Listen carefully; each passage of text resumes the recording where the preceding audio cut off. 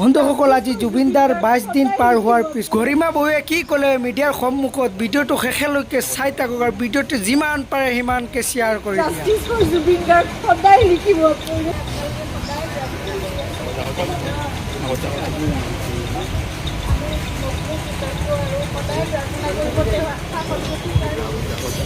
লগতে সকলোলৈকে মোৰ আৰু এটা প্ৰাৰ্থনা আছে, তেওঁ যাতে ন্যায় পায়। সেইকাৰণে সেইকাৰণে প্ৰতিদিনে hashtag justice for Zubeen Garg সকলোৱে লিখিব এবাৰ আৰু সকলোৱে ন্যায় প্ৰাৰ্থনা কৰিব। সদায় যি হৈছিল আমি জানিব লাগে, সেইটোৱে কথা। আজিলৈকে জনা নাই কি হ'ল, 22টা দিন পাৰ হ'ল, আজিলৈকে আমি নাজানো কি ঘটনা ঘটি গ'ল।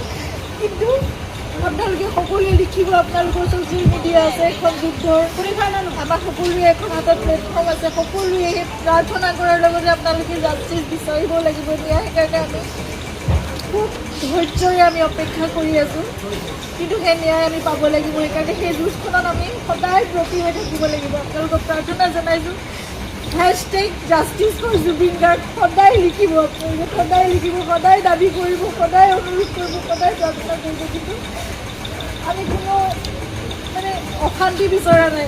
শান্তিপূৰ্ণভাৱে যাতে ন্যায় ব্যৱস্থা আমাক সেইখিনি ন্যায় দিয়ে, সেয়ে প্ৰাৰ্থনা কৰিছোঁ।